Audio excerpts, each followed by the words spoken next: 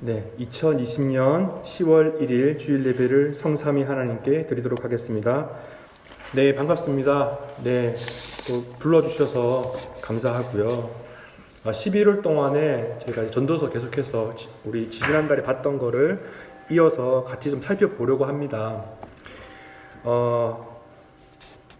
원래 이제 제가 그 강의하면 보통 1시간 반 하고 또 1시간 반 이렇게 하고 길게는 이제 2시간씩도 하거든요. 그래서 이제 그렇게 하는데 설교 피드백을 받으면서 반성을 많이 했습니다. 너무 길게 했구나 제가. 그리고 진심으로요 죄송하다는 말씀을 좀 드리면서 취리해서 오늘 짧게 했습니다. 한 27분 8분 만에 끝냈거든요. 그리고 이제 보통 제가 옛날에 다니던 교회가 목사님이 주일 설교를 1시간씩 하셨어요. 그래가지고 제가 큰 실수를 했는데 죄송하고요. 예, 빨리 끝낼 수 있도록 노력하겠습니다. 원하시면 길게 해드릴 수도 있습니다. 예. 지금까지 했던 전도서 내용을 한번 요약해 보려고 해요. 첫 시간에 배웠던 것에 가장 중요한 것은 헤벨이 어떤 의미를 가지느냐였어요. 한국어 성경에 헛되다라고 하는 것은 텅 비어있다라고 하는 의미지 않습니까? 그런데 히브리어에서 이 의미는 헤벨의 의미는 추운 겨울에 밖에 나가서 내가 후 불면 이게 뭔가 나오는 수증기를 breathing 하는 거를 이제 헤벨이라고 했잖아요. 존재한 것처럼 보였지만 없어졌어요. 거기 존재했는지 안 했는지 알 수가 없는 거죠. 그래서 이 헤벨의 의미는 알 수 없음, 일시적임, 그리고 의미가 없음, 헛됨, 또 우상 이런 다양한 의미가 있는데 이 전도서를 공부하면서 한 가지는 꼭 기억하셨으면 좋겠어요. 이 헤벨의 의미가 모순이라는 의미가 있다는 겁니다. 다른 말로 부조리. 세상을 살아가면 부조리한 일들을 보지 않습니까? 조금 문학적으로 말하면 아이러니죠. 아이러니. 우리가 코로나가 창궐했는데 모여서 예배를 드리고 있는 또 아이러니고, 어쨌든 부조리, 모순, A와 B 이 두 가지가 있을 때 서로 충돌한다는 거예요. 두 번째 시간에는 뭘 배웠냐면 여러 가지를 배웠는데 가장 중요하게는 즐거움이라고 하는 게 뭐냐. 즐거움이라고 하는 것에는 두 가지 종류가 있는데 첫 번째 종류는 쾌락이라고 말할 수 있는 내가 습득 가능한 거예요. 내가 그 나이트클럽에서 젊은 아이들이 많이 놀아가지고 한국에도 그렇고 이제 스위스도 그런 일이 있었다고 하더라고요. 바이러스가 많이 퍼졌대요. 그런 어떤 쾌락이라고 하는 건 내가 습득할 수 있는 거잖아요. 그런데 이 전도서에는요 계속해서 반복해서 나오는 게 있어요. 패턴이. 그 중에 하나가 뭐냐면 지금 하나님이 너에게 허락한 이 시간, 노동, 그 속에서 내가 가지고 올 수 있는 즐거움, 그것만이 내가 살아있는 삶의 이유예요. 그것만이 오직 내가 살아있는 삶의 의미이기 때문에 그것이 없는 인생은 아무런 인생이 아니라는 거예요. 그런데 핵심 포인트는 뭐냐면 내가 도덕적인 사람이기 때문에 하나님이 즐거움을 주는 게 아니라는 거죠. 내가 도덕적이건 비도덕적이건 내가 윤리적인 사람이건 비윤리적인 사람이 그게 중요한 것이 아니고 하나님이 기뻐하는 어떤 사람에게 임의적으로 그런 즐거움을 주는 거예요. 그냥. 그래서 나오는 단어가 뭐였습니까? 선물이었죠. 선물. 하나님이 그냥 준다는 거예요. 세 번째 시간에 뭘 배웠냐면 시간이에요.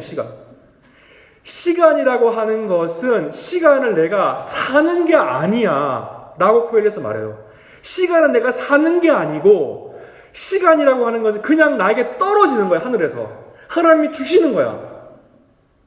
그걸 배웠죠? 내가 시간을 제어하고 내가 시간을 통제하고 그것은 인간의 허상이고 환상이라는 거죠. 시간이라고 하는 것, 무엇인가 성취하는 그 시간이라고 하는 것은 하나님이 그렇게 하게 했기 때문에 된다는 거죠. 네 번째 시간에 우리가 뭘 배웠냐면 부조리한 현실을 배웠어요. 이 세상에 위로자가 없도다 하면서 이 현실의 부조리한 상황을 공부했는데 중요한 건 뭐였습니까?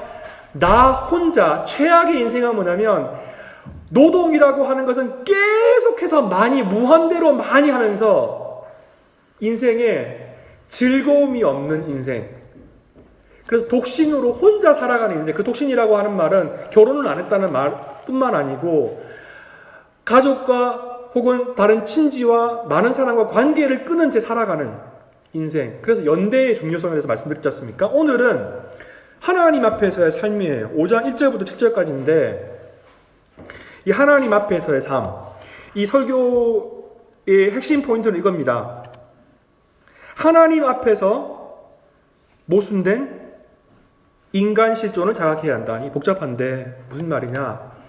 그 설명을 해드릴 겁니다. 하나님 앞에서 모순된 인간 실존을 자각해야 한다. 하나님 앞에서 모순된 인간 실존을 자각해야 한다. 이 설교하면서 또 설명을 드릴 텐데요. 하나님 앞에서의 태도. 여러분 스위스 사시면서 사실은 제가 이게 바라는 그 어떤 성경 공부와 이게 어떤 대학생 때 그런 걸 많이 했거든요. 따뜻한 아랫목에서 큰 이불이 있어요. 이불을 하나 깔고 제가 사랑방이라고 제가 선거단체에서 사랑방이라고 했거든요. 운동을 했거든요. 그 지방학생들이 많으니까 그 사랑방이라는 데 모여가지고 10명이 따뜻한 아랫목에서 엉덩이 깔고 앉아가지고 고구마 먹으면서 나이가 어린데요. 고구마를 이렇게 먹으면서 10명이 앉아가지고 성경 말씀을 나누는 거예요. 같이 한 2시간 동안 1시간 동안 기도도 같이 하고 이제 그렇게 했으면 좋겠는데 뭐 코로나 때문에 그렇게 할 수는 없으니까요. 어쨌든 그때 이제 제가 산을 좋아했습니다. 산을 좋아합니다. 할아버지가요. 제가 부산에 살았는데요. 가야라는 동네 살았는데 뒷산 뒤에 가야산이라고 있었어요. 가야산. 19년 동안 제가 오르락 내리락 했던 거의 유일한 산이었어요. 할아버지가 약수물을 뜨러 가십니다. 아침마다. 그럼 따라갈 때도 있고 혼자 갈 때도 있는데 그 산을 좋아했어요. 근데 제 인생에서 산을 싫어하게 된 결정적인 계기가 있어요. 제가 21살, 22살 때 제가 있던 선거단체에서 그 MT를 갑니다. 원주로. 치악산을 올라간다는 거예요. 그 다음날. 제가 산을 좋아하기 때문에 당연히 산을 올라가는 걸 좋아했죠. 혹시 치악산 가보신 분 계세요? 치악산? 그 악자가 들어가는 산은 되게 험하다고 하더라고요. 근데 이제 치악산에 이제 처음부터 걸어갔어요. 저희가 다.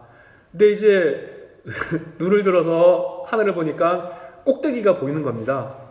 그래서 1등을 하겠다는 마음을 가지고 열심히 올라갔죠. 근데 꼭대기에 올라가서 알게 됐어요.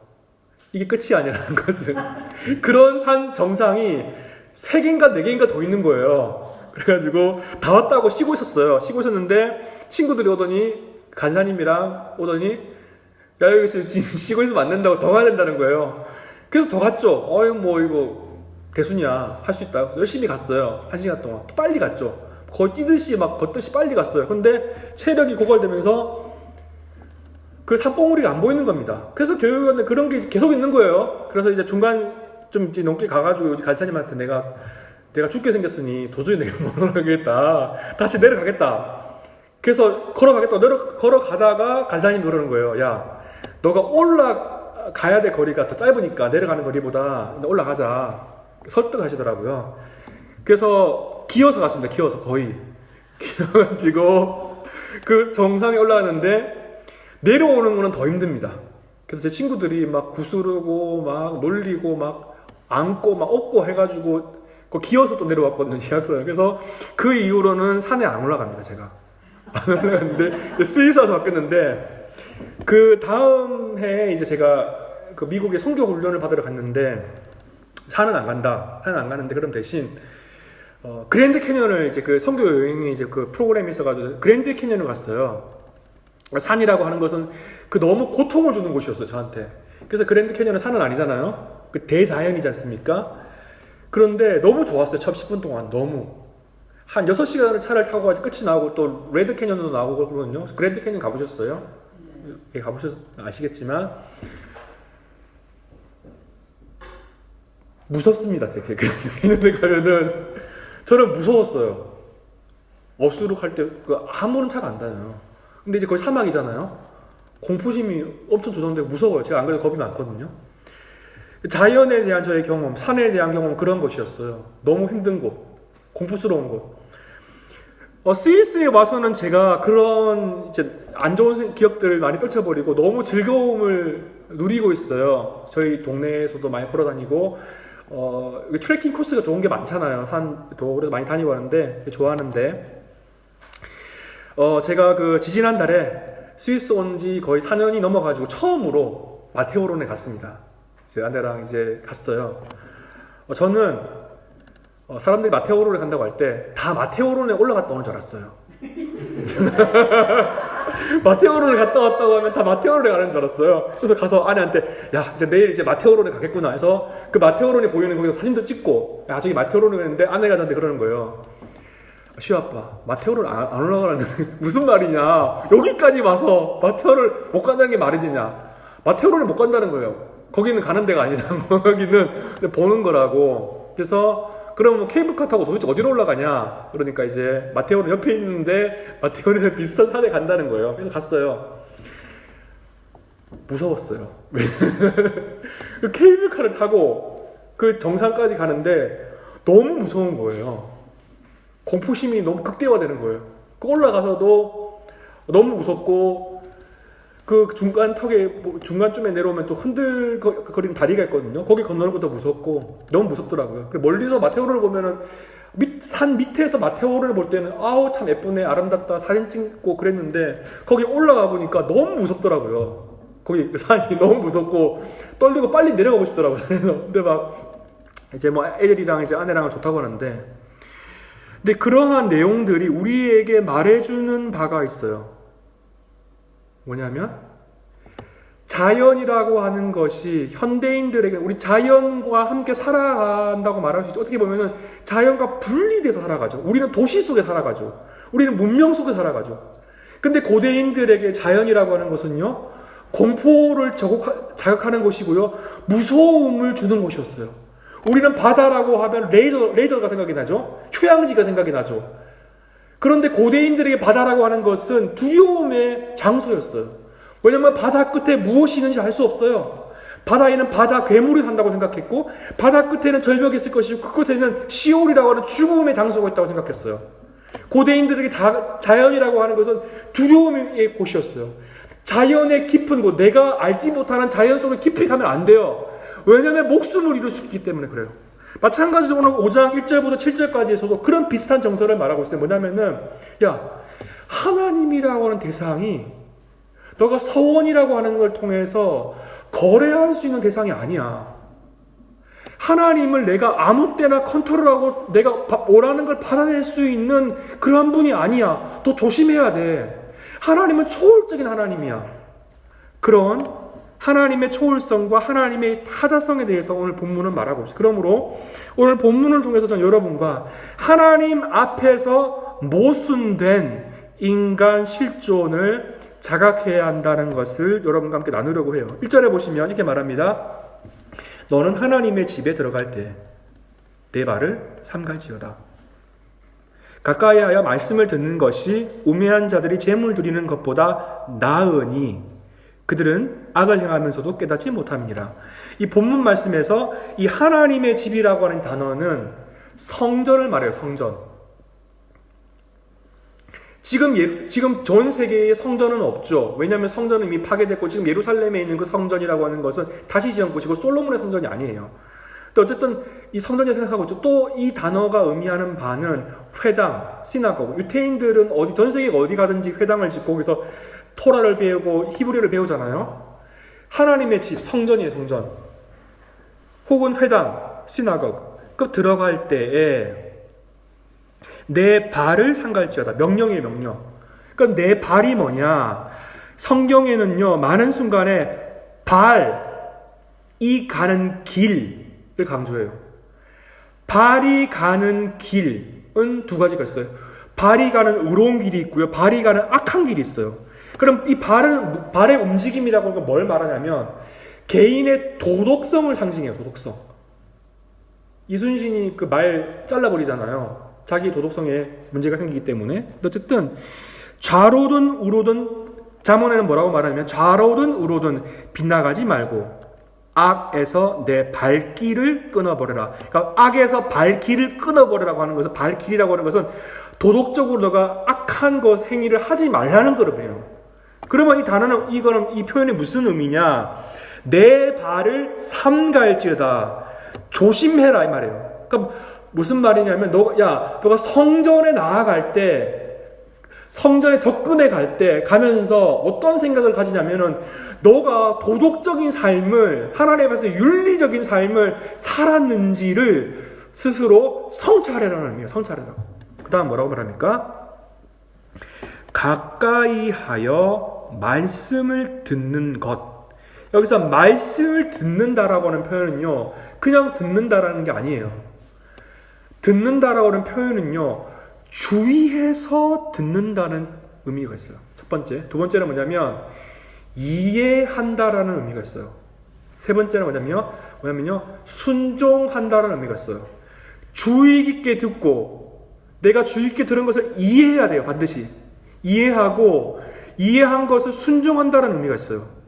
그러면 무슨 말이냐면 가까이 하여서 말씀을 듣는 것, 이 우매한 자들이 재물 드리는 것보다 더 낫다. 뭐뭐보다 낫다. better than. 뭐뭐는 A는 B보다 낫다는 거죠. 정리하면 뭐냐면, 하나님의 성전에 갈 때, 하나님께 예배하러 갈 때 너 자세가 글러먹었어. 너가 도덕적인 삶을 살았는지, 정말로 하나님의 말씀대로 살았는지에 대해서 스스로도 성찰을 좀 해봐. 그리고 너가 성전에 가서 종교적인 의식을 하고 이 동물을 불태워가지고, 이 곡식을 불태워가지고 하나님께 예물을 드리는데, 그것보다도 하나님의 말씀을 잘 이해해서 그 말씀대로 실천하는 게 더 나아. 차라리 예배를 안 드리는 게 좋겠다. 그 의미예요. 코엘렛이 하는 말은. 마지막은 뭡니까? 왜 그러면 그렇게 해야 되냐? 그들은 누구를 말합니까? 우매한 자들이에요. 어리석은 자들이에요. 그들은 악을 행하면서도 깨닫지 못함이니라. 이것을 자세하게 설명할 수 있겠지만, 악한 일을 행하면서도 내가 매일매일, 어리석은 자들은 매일매일 매 순간마다 하나님이 원하지 않는 악한 일을 행합니다. 그런데 그게 악한 일인지 선한 일인지 구분하지 못해요. 분별력이 없어요. 그러니까 뭐냐면은 분별력도 없으면서 내가 하는 행동이 선한 행동인지 악한 행동인지, 하나님이 좋아하시는지 나빠하는지 분별력도 없으면서 성전에 가가지고 예배하고 동물을 불태워서 하나님 앞에 드리고, 그런 허례허식이라고 하는 것이 다 쓰잘데가 없다는 거예요. 더 중요한 것은 하나님의 말씀을 이해하고 그 말씀을 지키는 것이 더 중요하다는 거예요. 우리가 이 말씀을 들을 때 생각나는 유명한 말씀이 있어요. 사무엘서에 이렇게 말하죠. 사무엘이 사울에게 이렇게 사울은 자기가 옳다고 생각하는 것을 했어요. 자기가 생각할 때 하나님을 잘 섬기겠다고 자기가 제사를 드렸어요. 제사장도 아닌데 이렇게 말하죠. 여호와께서, 사무엘이 말합니다. 번제와 다른 제사를, 그의 목소리를 청종하는 것을 좋아하신 같이 좋아하시겠나이까? 순종이 제사보다 낫고 듣는 것이 순양의 기름보다 낫습니다. 뭐라고 말합니까? 순종하는 것이 제사보다 낫고 듣는 것이 순양의 기름보다 낫다는 거예요. 여러분, 레위기를 읽어보면은 하나님과 인간과의 끊어진 관계를 회복하는 거에 있어서 가장 중요한 게 뭡니까? 예배이고 번제예요. 번제. 어떻게 제사를 드려야지 하나님과 인간과의 그 관계가 회복되는지에 대해서 레위기를 설명해요. 그런데 이 본문에서 뭐라고 말하냐면, 그러한 제사와 허례허식이라고 하는 것은 아무런 쓸모가 없다는, 하나님이 기뻐하지 않는다는 거예요. 사무엘의 이 지적은. 더 중요한 것은 하나님의 말씀을 청종하는 거라는 거예요. 그 다음 2절과 3절에는 말하는 것, 하나님 앞에서 말하는 것에 대해서 설명해요. 2절에 보시면, 너는 하나님 앞에서 함부로 입을 열지 말며 급한 마음으로 말을 내지 말라. 하나님은 하늘에 계시고 너는 땅에 있음이니라. 그런즉 마땅히 말을 적게 할 것이라. 걱정이 많으면 꿈이 생기고 말이 많으면 우매한 자의 소리가 나타나느니라. 이 본문에 보시면 먼저 함부로 입을 열지 말라고 했어요. 이 2절과 3절에서 말을 많이 하지 말라라고 하는 것이, 우리가 평소에, 평상시에 있을 때 그냥 말 많이 하지 말이 아니에요. 말을 많이 하는 사람도 있고 적게 하는 사람도 있습니다. 근데 여기서 말을 많이 하지 말면 하나님 앞에서 자세를 말하고 있는 거예요. 하나님 앞에서 그 태도가 경솔하게, 조급하게, 함부로 말해서는 안 된다는 거죠. 4절과 5절과 6절과 7절에는 서원에 대해서 말하는데 이 2절과 3절이 서원에 대한 것일 수도 있어요. 근데 더 중요한 것은 뭐냐면 기도를 말하고 있어요. 제가요 엔지니어 출신이거든요. 전자공학을 전공했어요. 여러분이 가지고 있는 핸드폰에서 제가 전공을 했기 때문에 잘하는데 배터리를 빼고요 에너지를 낼 수 있는 유일한 컴포넌트는 전자부품이죠. 전자부품. 그 핸드폰 안에 부품이 아주 많은 거 아닙니까? 근데 모든 부품들은 인풋이 있어요, 아웃풋이 있어요. 그렇죠. 인풋이 있어요, 아웃풋이 있죠. 여기에 빛을 내는 이 램프가 있지 않습니까? 이 램프가 있으면 전기가 들어가야지 빛이 나오지 않습니까? 필터가 있으면 뭐가 들어가야지 나오죠. 그런데 이 핸드폰에서요 에너지를 낼 수 있는 부품이 있어요. 스스로 에너지를 낼 수 있는 부품이 뭐냐면 오실레이터라는 겁니다. 그 배터리 빼고요 그 주파수를 만들어내요. 스스로 에너지를 내는 주파수를 만들어내요. 주파수를. 그러면 주파수, 핸드폰과 핸드폰끼리 통신이 되려면 주파수가 맞아야 되죠.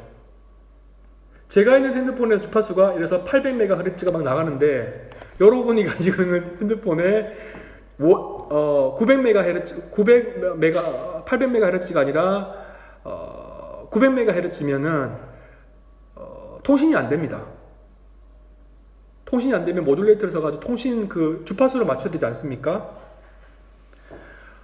우리가 기도로 생각할 때 이렇게 생각해줘. 내가 막 하나님한테 막 말해가지고 하나님한테 막 사정사정하거나 막 다그치거나 하나님한테 이야기하면 하나님이 그 들어줄 거라고 생각하죠. 그게 기도라고 생각해. 물론 그것도 기도가 됩니다. 내가 원하는 것, 내가 소원하는 것, 내가 바라는 것을 기도하는 것이 무엇이든지 원하는 대로 구하라. 그러면 내가 시행하고 들어줄 것이라고 말해. 지금까지는 아무것도 구하지 아니하였으나 구하라 그러면 주실 것이요 찾아라 그러면 찾을 것이요 구하고 찾는 자가 하나님께 주세요. 또 다른 기도의 중요한 것이 뭐냐면 이렇게 말하지 않습니까? 무엇이든지 정욕으로 쓰려고 잘못 구하면 안 된다고 말하고 있어요.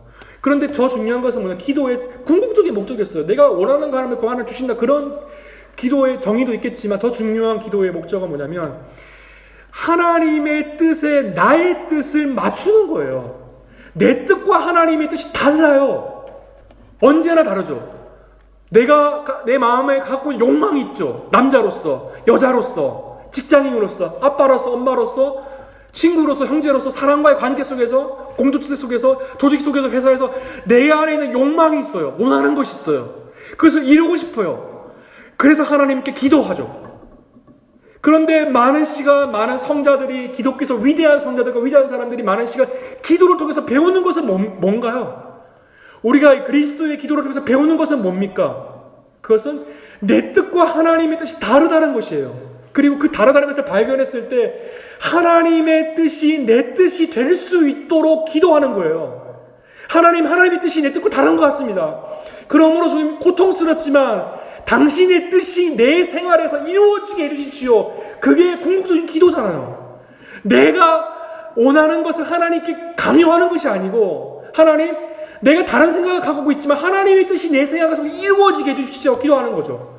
그런데 코엘렛에서 지적하는 것은 뭐냐면 이거예요. 함부로 입을 열고 급한 마음으로 말을 내는 것. 경솔하게 함부로 하나님한테 기도하는 것. 그렇게 기도하지 말라는 거예요. 그 다음 표현이 나오는데요. 코엘렛에서 가장 중요한 표현 중에 하나예요. 하나님은 하늘에 계시니고 너는 땅에 있습니다. 아까 말씀드렸던 자연환경의 그 비유들처럼요. 하나님은 하늘에 계시고 내가 땅에 있다고 하는 것은 무엇을 의미합니까? 하나님은 창조주이고 나는 피조물이라는 거예요. 하나님한테 갈 수 없어요. 다가갈 수 없어요. 하나님과 우리 사이에는 거대한 간격이 있어요. 엄청난 거리가 있어요. 하나님을 초월할 수 없어요. 우리는 하나님을 그냥 친구처럼 대하죠. 하나님은 내 동네 친구처럼 대하죠. 혹은 하나님은 내가 부린 종처럼 생각해. 종처럼. 내가 아무 때나 말할 수 있는 사람으로. 그런데 코엘렛에서 경고해요. 야, 너가 함부로 하나님한테 가볍게 막 이야기하는데 하나님은 그런 분이 아니야. 하나님은 하늘에 계신 분이야. 요즘식으로 말하면 우주 밖에 계신 분이야. 우주를 통치하시는 분이야. 하나님은 창조주야. 그러므로 말을 함부로 하지 말라는 거예요. 그 다음 3절에 걱정이라고 하는 단어가 나옵니다. 걱정이 많다. 이 걱정이라고 하는 단어는 이 원래 의미는 뭐냐면 태스크예요. 태스크. 내가 여러분도 그런 꿈을 많이 꾸지 않습니까? 그 다음에 나오는 단어가 뭐냐면 꿈이라고 하는 단어인데, 이 여기서 나오는 이 단어의 꿈은 밤에 잠잘 때 꾸는 꿈이에요. 더 우리식으로 표현하면 개꿈이에요. 개꿈. 밤에 잘 때 그냥 꾸는 꿈입니다. 그러면 이게 무슨 말이냐? 걱정이 많으면 꿈이 생긴다. 무슨 말이냐면 태스크, 걱정이 태스크라고 그랬죠? 내가 막 많은 일을 해요. 비즈니스도 많이 하고 막 이것도 많이 하고 막 누구 만나서 상담도 해주고 막 청소도 하고 막 너무 많은 일을 해요. 너무 많은 일. 그래서 이런 생각 저런 생각 너무 머리에 생각이 많아요. 잠을 잘 때 잠을 잤는데 꿈에서 막 너무 많은 막 꿈이 생기는 거예요. 그 이야기입니다. 근데 꿈은 어떤 거죠? 꿈을 꾸면 꿈에 논리가 있나요? 꿈에 논리가 없어요. 제 아내가 제일 싫어하는 것 중에 하나가 뭐냐면 제가 꿈 얘기할 때요. 꿈 꾸고 나서 아침 밥 먹을 때 야 밤에 꿈을 꾸는데 시엄마 내가 이런 꿈을 꿨는데 개꿈이야 이러면서 꿈 이야기하는 걸 정말 싫어해요. 아무 의미가 없잖아요. 꿈을 이야기하는 게 기억도 잘 안 나요. 여러분 꿈이 이치가 맞나요? 앞과 중간과 끝이 안 맞아요. 아무런 의미가 없어요. 그냥 내 꿈에 하면 무의식 중에 그냥 생각이 나는 겁니다. 무슨 말을 하는 거라면 야 너가 많은 태스크, 많은 비즈니스 하는 게 그게 결국에는 허황된 꿈과 같아. 개꿈이야 개꿈. 아무 의미가 없는 거야. 허황된 거야. 걱정이 많으면 꿈이 생기고 말이 많으면 걱정과 말은 그 패러렐 관계예요. 대형 관계예요. 걱정이 많은 것과 말이 많은 것. 그게 뭐라고 말합니까? 말이 많으면 우매한 자의 소리가 난다. 마찬가지로 하나님 앞에서 우리가 걱정이 많은 것, 말이 많은 것 연결시켜 볼 수 있겠죠. 그 다음에 4절을 보시겠습니다. 이 4절부터 7절까지는 서원에 대해서 말하고 있어요. 서원. 그럼 서원할 때 어떻게 되느냐? 서원. 4절을 보겠습니다. 내가 하나님께 서원할 거든 각 길을 더디게 하지 말라. 하나님은 우매한 자들을 기뻐하지 아니하시나니 서원한 것을 갚으라. 서원하고 갚지 아니하는 것보다 서운하지 아니하는 것이 더 나으니. 이 4절과 5절에서는 뭐뭐는 뭐뭐보다 더 낫다라고 하는 것이 5절에 나오고요. 갚으라고 하는 말이 반복해서 나오고 있어요. 서운한 것을 반드시 갚으라. 서운이라는 건 뭡니까? 하나님과 나와 사이 관계에서 뭔가 걸고, 뭐 걸고 딜하는 거죠. 요즘 말로 하면 거래를 하는 거예요. 하나님. 내가 지금 이게 당장 급한데 요 문제 이거 딱 해결해 주면은 내가 헌금할게요. 내가 잘 살게요. 하나님 내가 사업이 다 망했는데 요 한 번만 내가 살려주시면 내가 11조사 하고 교회에서 내가 뼈를 갈아가지고 하나님 섬길게요. 그런 거 많이 하지 않습니까? 간증할 때 그런 거 많이 하잖아요. 잘 나가다가 완전 망해가지고 밑바닥 치다가 하나님한테 매달리고 막 야곱처럼 매달렸더니 하나님이 복을 줘가지고 엄청난 사업을 잘 돼가지고 해피엔딩으로 끝났다. 그래서 그렇게 하면 하나님 된다. 하나님께 해주신다. 그런 거죠. 이 서원이라고 하는 것, 이 4절에서요. 4절에 보면은 번역에 다른 70인역 성경에 보면 조금 번역이 다릅니다. 여러분 성경도 그런 성경이 있을 거예요. 세 번역 성경은 중간에 보시면 하나님은 우매한 자들을 기뻐하지 아니하신다고 되어 있는데 정확한 번역은 하나님은 우매한 자들 기뻐하지 않는다가 아니고 우매한 자들, 어리석은 자들에게는 기쁨이 없다. 이렇게 번역되어진 성경도 있습니다.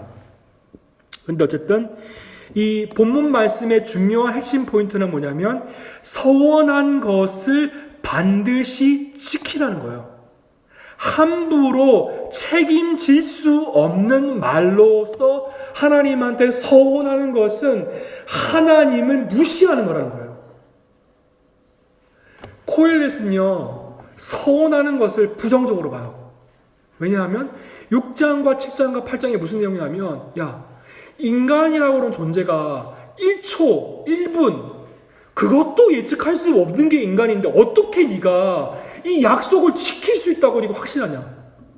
하나님 이거 지켜주시면 내가 이거 하겠다고 이야기하는데 너가 미래를 예측할 수도 없고 너가 내일 죽을 수도 있는데 어떻게 그런 약속을 할 수 있냐는 거죠. 그런데 코엘렛이 말하는 것은 서원 자체를 하지 말라는 건 아니에요. 그런 말은 없어요. 중요한 것은 네가 만약에 했다면 그것을 지키는 것이 하나님을 존중하는 태도라고 하는 거예요. 여러분은 얼마나 많이 여러분 서운하십니까? 저도 제 인생에서 두세 번 크게 서운한 적 있어요. 하나님한테 서운했습니다. 저도 20대 초반에요. 선교사님들이나 성경 큰 1,000명씩, 2,000명, 3,000명씩 모이는 그런 대회들이 가면은 그 선교사님 마지막 날 밤에 보통 헌신의 밤이라고 하죠. 그럼 선교사님이 설교하시고 마지막에 일어나라고 해요.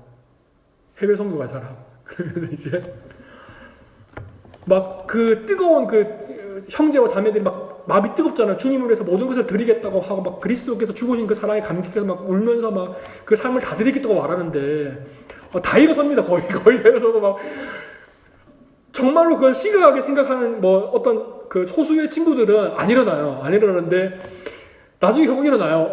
근데 이제 물론 자기가 직접 가겠다고 일어나는 거는 강요는 안 하죠. 저는 여러 번 자주 일어났어요. 여러 번 자주.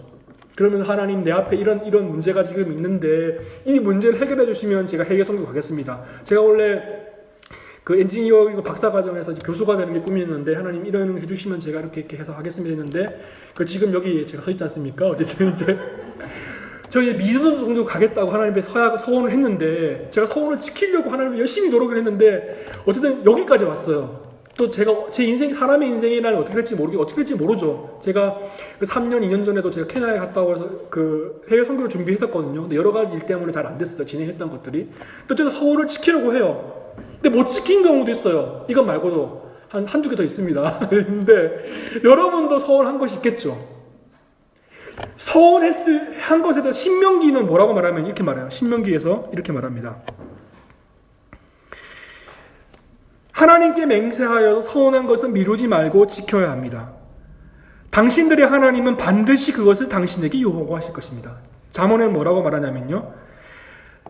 경솔하게 이것은 거룩하다 하여 함부로 서원하여 놓고 나중에 생각이 달라지는 것은 사람이 걸리기 쉬운 올감이다. 그러므로 반드시 서원을 지키라고 말해요. 여러분들은 웃으시는 거 보니까 서원하고 안 지킨 것이 있는지 모르겠는데 서원을 안 한 사람은 없죠. 하나씩 번 하잖아요. 왜냐하면은 별 한 꽃에 몰리면 서원을 하게 돼요. 하나님한테 뭘 걸어요. 뭘 걸고 도박을 합니다. 하나님 어차피 안 되면 안 지키면 되는 거고 되면은 서원이라는 게 웃긴 거예요. 되게 되면은 지키는 거 안 되면 안 지키면 되잖아요. 그러니까 되면은 좋으니까 지키다는 게 하나님이 뭐라고 하지 않으시겠지. 그러니까 서원을 하는 거예요. 믿자야 본전이라는 생각을 하는 겁니다. 그런데 코엘렛은 그것이 악한 것이라고 이야기해요. 경솔한 것이라고 해요. 하나님을 무시하는 거라고 이야기해요. 하나님을 부정하는 것이라고 말합니다. 그 다음 그 문장에서 보면요. 이렇게 말하지 않습니까? 6절과 7절을 보시면 내 입으로 내 육체가 범죄하게 하지 말라. 천사 앞에서 내가 서운한 것이 실수라고 말하지 말라. 어찌 하나님께서 내 목소리로 말미암아 진노하사 내 손으로 한 것을 멸시하게 하라. 꿈이 많으면 헛된 일들이 많아지고 말이 많아도 그러하니 오직 너는 하나님을 경외할지니라. 여기서는 더 악한 더 최악의 케이스를 이야기하고 있어요. 이 본문 말씀에서요, 여러분 천사, 6절에 보면 천사라고 된 단어가 있는데 천사의 원래 의미는 메신저라는 의미를 갖고 있어요. 그리고 다른 성경 번역에는 이 천사란 말이 없고요. 하나님이라는 말이 있습니다. 하나님 앞에서. 그런데 어쨌든 이렇게 말하지 않습니까? 입으로 육체가 범죄하게 하지 말라. 서원을 지키지 않는 행위가 입으로 범죄하는 거라는 거예요. 그런데 이렇게 말하죠. 내가 서운한 것이 실수야. 하나님도 실수한 것 같아요. 그렇게 말하고 넘어가지 말라는 거예요. 그런데 그렇게 넘어갔을 때 어떤 사태가 발생합니까? 하나님이 진노하사 내 손으로 한 것, 너가 성취한 것을 하나님이 멸망시키고 파괴시킬 수 있다고 경고하고 있어요. 책임지지 않고 하나님께 어떠한 인간의 욕망으로 인한 서원, 그것은 하나님의 심판을 초래할 수 있다는 거예요. 내가 이루어낸 모든 것이 파괴될 수 있어요. 그러므로 함부로 말하지 말고 서원하지 말라는 거죠. 마지막 구문은 뭐라고 말합니까? 오직 너는 하나님을 경외할지니라. 이 하나님을 경외한다는 이 말, 지금까지 뭐라고 했습니까? 야, 성전에 갈 때 너 자신을 돌아봐. 하나님 말씀에 순종해야 돼. 그리고 함부로 하나님 앞에 말하지 말고 서원한 것은 반드시 지켜야 돼. 그렇지 않으면 하나님의 심판이 임할 수 있어. 뭐라고 말합니까? 마지막에 7절 마지막에는 그렇기 때문에 그것을 너가 안다면 하나님을 경외해야 한다는 거예요. 또 반대로 말하면 너가 정말로 하나님을 경외하는 사람이라면 그러한 서원을 지키고 스스로를 돌아볼 수 있어야 된다고 하는 것이, 경외라고 하는 단어는 두 가지가 있어요. 첫 번째는 뭐냐면 사랑한다는 말이에요. 사랑한다는 말. 사랑한다고 하는 것은 그 리스펙트하는 의미죠. 제가 아내를 사랑한다는 의미는 아내를 리스펙트하고 존경한다는 의미예요. 아내를 존중해 준다는 의미가 있어요. 사랑. 경외라고 하는 말에는 그 의미가 있어요. 그건 친숙함의 의미를 갖고 있죠. 인티머스의 의미를 갖고 있죠. 또 반대의 의미가 있어요. 경외란 두려움이에요. 두려움. 공포심이에요. 공포심. 두려움이라고 하는 단어는요, 경외함, 야레를 설명하지 못해요. 경외라고 하는 말이, 야레라고 하는 말은 공포심이에요. 공포심. 두려움이에요. 두려움. 누군가가 총을 들고 여러분 이마에 갖다 댔을 때 여러분 두려움이라는 단어를 쓰지 않죠. 무서워 죽겠다 그러죠. 공포심이에요. 공포심. 제가 케이블카를 타고 스위스의 산악지대를 갈 때 느끼는 공포심. 그러면 내가 죽을 수도 있겠구나 하는 공포심이죠. 극한의 두려움이에요. 이 경외라고 하는, 야레라고 하는 단어는 그런 의미를 가지고 있어요. 하나님에 대해서 사랑의 정서도 있지만 반대로 공포심이에요. 그것이 결합된 의미예요. 여러분, 하나님을 우리가 현대교회는 하나님을 친구로 생각하죠. 친구로. 하나님의 친구라고 말해요. 예, 맞습니다. 하나님 우리 친구죠. 그러나 하나님이 다른 측면이 있어요. 하나님은 두려운 사람이에요. 두려운 분이에요. 하나님은 우리에게 파멸을 주실 수 있는 두려운 분이라고 하는 사실입니다. 말씀을 맺으려고 해요. 5장 1절부터 7절까지를 간단하게 다시 한번 생각해 본다면, 이 본문 속에서 우리가 인간의 실존의 모순을 자각할 필요가 있다는 겁니다. 다시 한번 정리하자면, 이 서원에 대한 부조리함이 존재한다는 거예요. 제가 말씀드렸죠. 인간의 존재 자체가 부조리하다고. 우리가 하나님을 가볍게 생각해요. 하나님을 너무나 가볍게 생각한 나머지 하나님이 어떤 분이신지 망각하죠. 그리고 하나님을 이중적으로 대해요. 내가 편한 대로, 내가 하나님을 이용할 수 있는 그 방식대로, 내가 내 삶의 이윤, 내 삶의 무엇인가 긍정적인 것을 위해서 하나님을 이용한다라고 하는 거예요. 그것은 인간의 부조리함이고 인간의 모순이에요. 인간은 땅에 있는 존재일 뿐이죠. 하나님은 초월적인 창조주이시죠. 그런데 이 아무것도 아닌 먼지 같은 인간이 어떻게 하나님을 이용할 수 있어요? 하나님을 가볍게 생각할 수 있어요. 그런데 그렇게 한다는 거예요. 인간이 현실 속에서. 성전에 나아가는 것을 극도로 조심해야 돼요. 여러분, 지성소에 잘못 들어갔을 때 사람이 죽습니다. 하나님을 죄 가운데 만나면 죽습니다. 서원이라고 하는 것에 대해서 코엘렛은 부정적으로 생각해요. 너가 망할 수도 있다고, 여기 망할 수도 있다고. 서원한 것을 지키지 않을 때. 코엘렛의 관점에서 제사를 드리는 것은 중요하지 않아요. 그것은 거짓과 위선 때문에 그래요. 엄청나게 많은 허황됨, 거짓이 그 안에 있을 때 그 예배는 아무것도 아니라고 하는 것이죠. 여호와를 경외함이 우리 안에 있다면 그것은 바로 서원을 지키는 것과 같다는 것이에요. 마지막으로 하나님과 인간 사이에는 거대한 간격이 있다는 것을 인지해야 해야 한다는 것입니다. 그것을 통해서 코엘렛이 1장 5장 1절부터 7절까지 사실은 1장 2장 3장 4장 5장 여기에서 하나님은 하늘에 계시고 우리는 땅에 있다라고 이 말씀을 통해서 우리에게 말해주는 것은 뭐냐면 겸손하게 하나님께 순복하라는 것입니다. 함께 기도하겠습니다.